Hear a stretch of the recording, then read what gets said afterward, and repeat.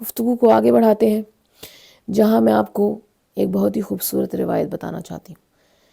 کہ جس دن جب روز قیامت ہوگا تو پروردگار عالم ایک شخص کو آواز دے گا اور آواز دے کر کہے گا کہ اے شخص، تیرا نام محمد تھا اور تو نے یہ نام میرے حبیب کے نام پر رکھا تھا، مگر تجھے شرم و حیا نہ آئی اور تو نے گناہوں سے اجتناب نہ کیا، لیکن مجھے اپنے حبیب کے نام پہ حیا آتی ہے۔ کیوں؟ کیونکہ وہ میرے حبیب کا نام ہے، اس لیے میں تجھے جہنم سے آزاد کرتا ہوں۔ اس کا مطلب یہ ہے کہ نام محمد کی فضیلت اتنی زیادہ ہے کہ جہاں پروردگار عالم بھی روز قیامت گناہ گاروں میں بھی، ان گناہ گاروں کا کہ جن کا نام محمد ہوگا، پروردگار عالم ان کے لیے بخشش کا سامان کرے گا۔ امام جعفر صادق علیہ السلام ارشاد فرماتے ہیں کہ جب قیامت کا دن ہوگا تو منادی ندا دے گا کہ یہاں پر بیٹھے ہوئے جس شخص کا نام محمد ہے وہ کھڑا ہو جائے، کیونکہ پروردگار عالم نے اسے نار کی عذاب سے محفوظ کر دیا، اسے نار سے آزادی عطا کر دی۔ تو اس لیے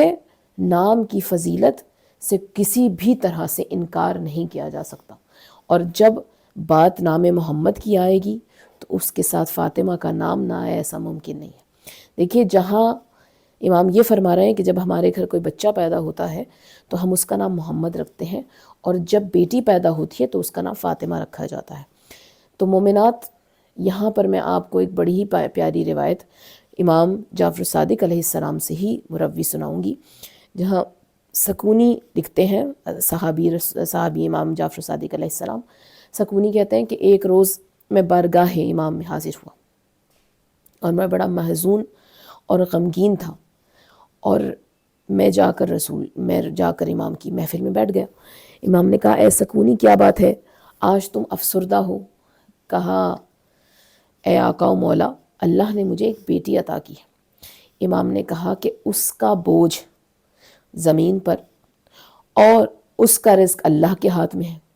اور اس کی عمر تیری عمر میں سے لی نہیں گئی، تو پھر تو کس بات پر پریشان ہوتا ہے؟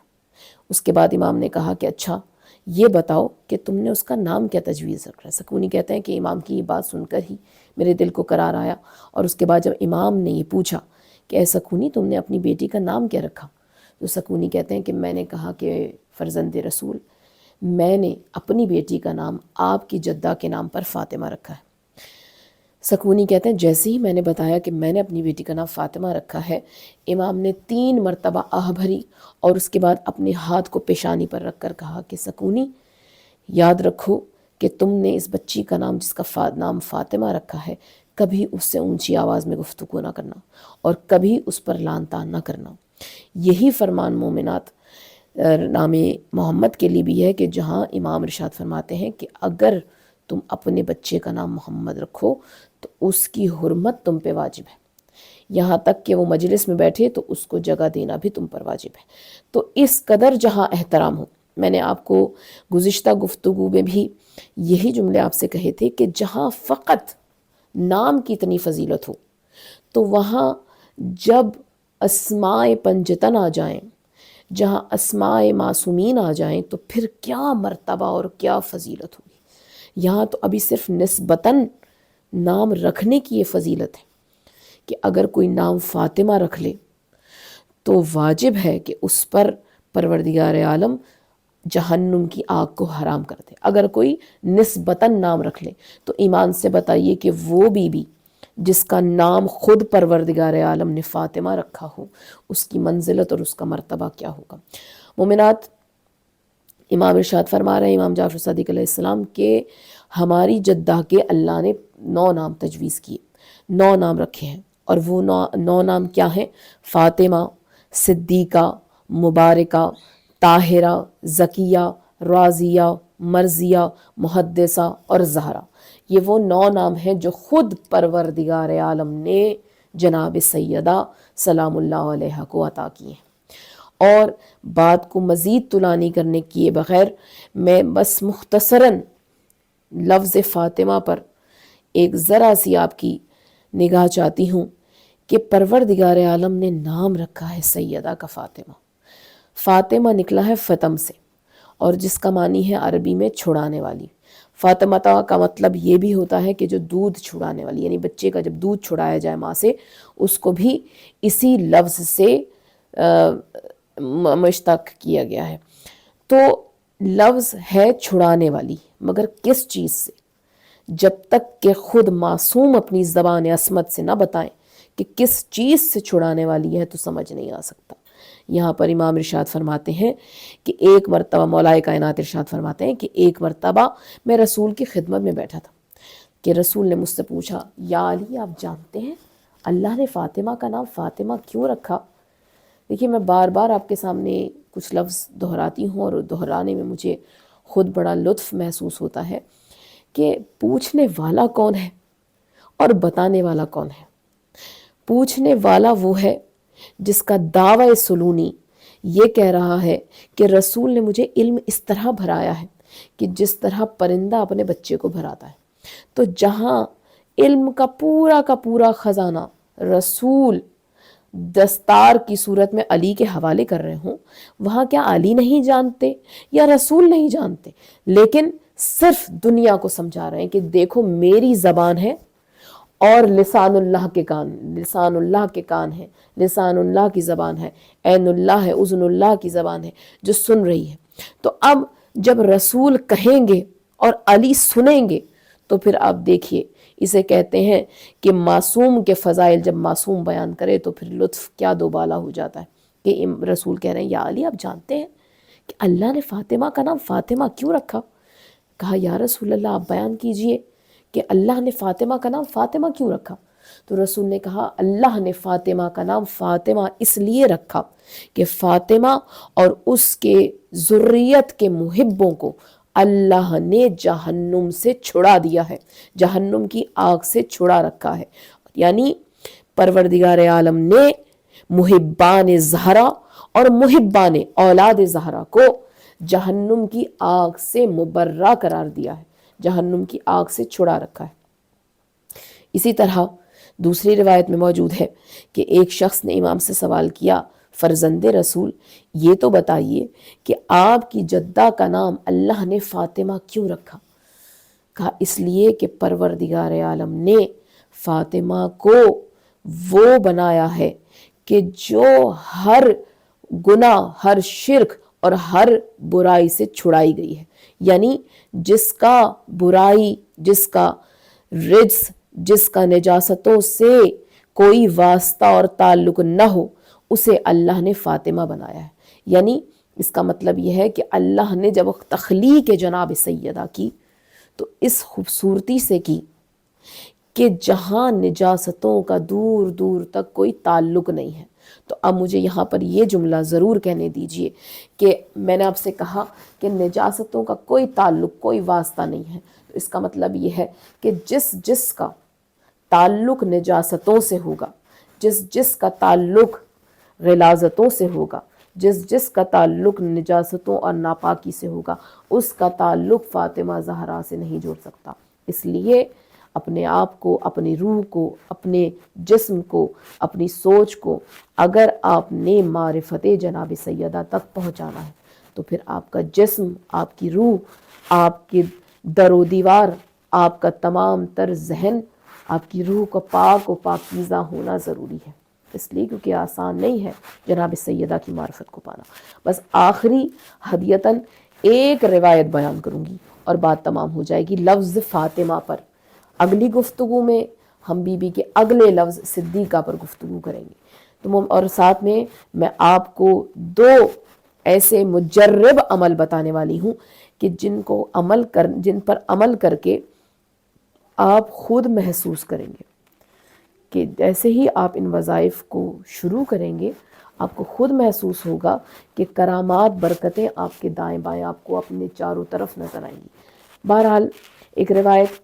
جو بہت ہی حسین ہے اور اکثر میں وہ بیان کرتی ہوں، اور وہ روایت آپ کو ہدیتاً بیان کر رہی ہوں، اور وہ روایت یہ ہے کہ جب روز محشر، میدان محشر سجا ہوگا، امام ارشاد فرما رہے ہیں، امام کہتے ہیں جب روز محشر کے میدان میں سب محشور ہو جائیں گے، اتنے میں جناب سیدہ دوزخ کے دروازے پر کھڑی ہوں گی اور کیا دیکھ رہی ہوں گی کہ ہر آنے والے کی پیشانی پر لکھا ہے یا یہ کافر ہے یا یہ مومن ہے، یعنی یا تو یہ محب زہرا اور اولاد زہرا ہے یا یہ کافر ہے۔ تو بی بی دروازہ جہنم پر کھڑی ہوں گی، اتنے میں ایک شخص کو فرشتے لے کر جا رہے ہوں گا جس کی پیشانی پر تو لکھا ہے محب زہرا، لیکن اسے جہنم کی طرف لے کر جایا جا رہا ہوگا کہ ایسے میں جناب سیدہ آواز دیں گی، اے پروردگار عالم، تو نے تو میرا نام فاطمہ رکھا ہے، تو نے تو وعدہ کیا ہے کہ مجھے اور میری اولاد کے محبان کو تو دوزخ سے دور رکھے گا، جبکہ اس مومن کی پیشانی پہ محب زہرا لکھا ہے اور تو اسے فرشتوں کے حوالے کر رہا ہے کہ یہ جہنم میں لے جائے۔ کیا تو اپنے وعدے سے پھرنے والوں میں شمار ہوگا؟ اے پروردگار عالم، تو کبھی اپنے وعدے کے خلاف نہیں کرتا۔ تو ایسے میں امام ارشاد فرماتے ہیں ایسے میں آواز قدرت آئے گی، اور آواز قدرت یہ ہوگی کہ اے فاطمہ، آپ نے سچ کہا کہ ہم کبھی اپنے وعدے کے خلاف نہیں کرتے، اور بے شک ہمارا یہ وعدہ ہے کہ آپ کے اور آپ کی اولاد کے محبوں کو کبھی بھی جہنم کی آگ کے قریب نہیں لایا جائے گا، لیکن ہم اس محب کو دوزخ کی طرف اس لیے بھیج رہے ہیں تاکہ جب یہ دوزخ کی، بڑی پیاری روایت ہے کہ جب یہ دوزخ کی طرف جائے اور آپ آواز دیں کہ اے پروردگار عالم، تو نے میرا نام فاطمہ اس لیے رکھا کہ میں اپنے محبوں کو جہنم سے چھڑانے والی ہوں، تو جیسے ہی آپ یہ آواز بلند کریں تو ہم اس محب کو جاتے ہوئے جہنم میں محب کو واپس جنت کی طرف پلٹا دیں، اور تمام اہل محشر کو یہ سمجھا سکیں کہ جنہیں دنیا میں مقام فاطمہ زہرا سمجھ نہیں آیا، وہ آج حشر میں دیکھیں گے کہ فاطمہ کا مقام یہ ہے کہ جو جاتے ہوئے جہنم میں اپنے محب کو لوٹا کر جہنم سے جنت کی طرف لے جاتی ہے۔ بس مومنات، میری بات یہیں پر تمام ہوتی ہے، اور میں نے آپ سے کہا تھا کہ آخر میں آپ کو دو ایسے مجرب عمل بتاؤں گی کہ جو میرے ذاتی آزمودہ ہے، اور ایک تو وہ عمل ہے جو ہمیں علماء سے کتابوں میں ملتا ہے، استغاثہ، نماز استغاثہ بحضور جناب سیدہ سلام اللہ علیہ، اور دوسرا عمل ہے سورہ کوثر کا۔ پہلا عمل جس میں آپ نے کرنا یہ ہے، دیکھیے نماز جب آپ پڑھیں تو اس کے لیے ضروری ہے کہ پہلے واجب نمازوں کو پڑھا جائے۔ واجب نمازیں ادا کرنے کے بعد آپ 2 رکعت نماز استغاثہ بحضور جناب سیدہ سلام اللہ علیہ پڑھیں، اور جو بھی آپ کی حاجت ہے، حاجت روائی کے لیے سیدہ کو پکارتے ہوئے 2 رکعت استغاثے کی آپ نے نماز پڑھنی، اور جب دوسری رکعت میں سلام پھیرنے کے بعد جب آپ کی نماز مکمل ہو جائے، اس کے بعد آپ نے 3 مرتبہ کہنا ہے اللہ اکبر اللہ اکبر اللہ اکبر۔ کہنے کے بعد آپ نے سر اپنا سجدے میں رکھنا، اور سجدے میں رکھنے کے بعد آپ نے 100 مرتبہ کہنا ہے یا مولاتی یا فاطماتی یا غسنی، اور جب آپ یہ جملے کہیں 100 مرتبہ، اس کے بعد اپنے دائیں رخسار کو پشت پر رکھیں، دائیں رخسار کی پشت کو سجدگاہ پر رکھیں، اور پھر یہی 100 مرتبہ تسبیح دہرائی یا مولاتی یا فاطمتی یا غسنی، اور اس کے بعد پھر اپنے بائیں رخسار کو خاک پر رکھنے کے بعد یہی 100 مرتبہ دہرائی، اور اس کے بعد آخر میں دوبارہ اپنی سر کو دوبارہ خاک شفا پر یا سجدگاہ پر رکھنے کے بعد 110 مرتبہ دوبارہ یہ تسبیح دہرائی یا مولاتی یا فاطمتی یا غسنی، اور جب آپ یہ پڑھ لیں اس کے بعد آپ نے تسبیح جناب سیدہ کو پڑھنے کے بعد اپنے ہاتھوں کو بلند کر کے واسطہ دینا ہے پروردگار عالم کو جناب سیدہ کا، اور یہ ایسا مجرب عمل ہے کہ کتنی ہی بڑی مشکل ہو، موت اور زندگی سے بڑی بھی اگر کوئی مشکل ہو، حالانکہ موت سے بڑی کوئی مشکل نہیں ہو سکتی، موت جیسی پریشانی کو بھی ٹالنے والی یہ نماز حاجت ہے۔ اور دوسرا عمل جو بہت ہی آسان ہے، جس کو کرنا بہت ہی آسان ہے، اور وہ یہ ہے کہ 14 مرتبہ اول درود اور 14 ہی مرتبہ آخر میں درود، درمیان میں آپ نے 7 مرتبہ سورہ کوثر پڑھنی ہے، اور اس کو پڑھنے کے بعد یعنی کہ یہ پورا پڑھنے کے بعد کہ 14 مرتبہ درود، پھر 7 مرتبہ سورہ کوثر، اور پھر 14 مرتبہ درود،